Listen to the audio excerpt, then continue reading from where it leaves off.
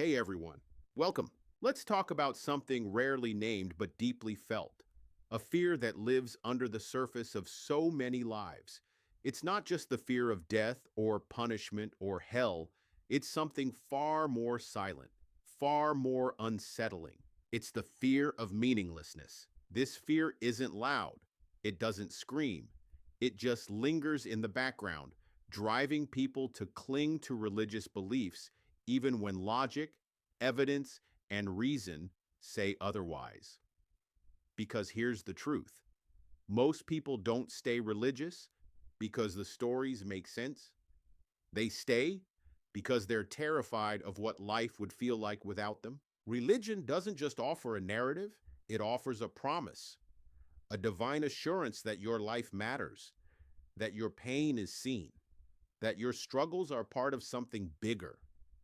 And when that illusion starts to fall away, life can suddenly feel colder, emptier, and a lot harder to navigate.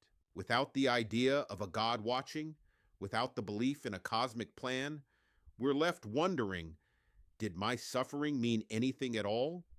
Were the sacrifices worth it? Was anyone even keeping score? That's the fear that grips people harder than death ever could. The fear that we could live, suffer, and die, and it might not add up to anything. This is why religion often becomes less about truth and more about comfort.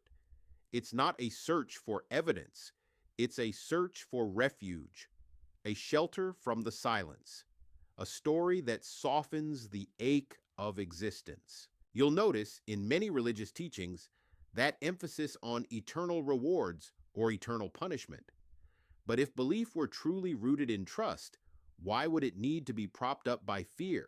Because fear keeps the system running. A 2014 Pew study found that 72% of religious people said faith was important to them not because it was true, but because it gave meaning. That's a powerful insight, meaning not truth is what most of us crave. And when meaning is attached to a story, we defend the story, even when we suspect it might not make sense. Take science, for example. Evolution, the age of the earth, or the vastness of the universe, all of it reminds us how small we are. Many religious people reject those truths, not because the science is flawed, but because it threatens the comforting narrative that humans are the center of everything. Science doesn't flatter us. It doesn't make promises. It just tells the truth. And that's hard to swallow when we're wired for stories that assure us we matter. In ancient times, people explained suffering, plagues, earthquakes, famines by saying the gods were angry. We've always needed suffering to mean something, because random pain is unbearable. But when we look closely, nature doesn't reward good or punish evil. Hurricanes don't check for morality. Cancer doesn't care if you pray. The universe is indifferent, and that's terrifying. So people run from that silence into belief systems that promise there must be a reason, even if that reason is unknowable. It's better than randomness, better than chaos. And that's why, when you challenge religious belief, many people react not with debate, but with anger.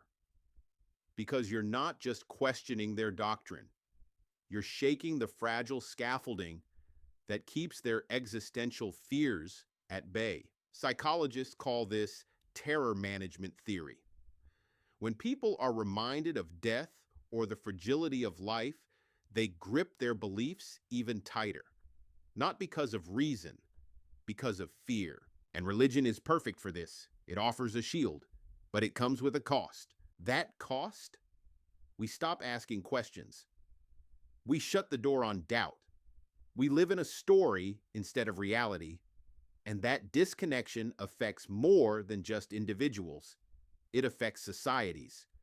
It suppresses science, stifles progress, and praises obedience over curiosity. But let's be clear, this fear isn't a weakness.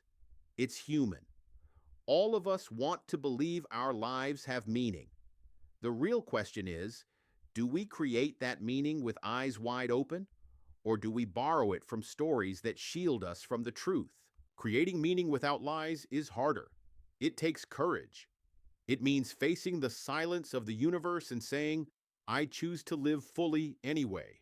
We create our meaning through love, through creativity, through justice, through connection, not because we're promised rewards, not because we fear hell, but because we understand that the meaning we create is the only meaning there is. And that is enough.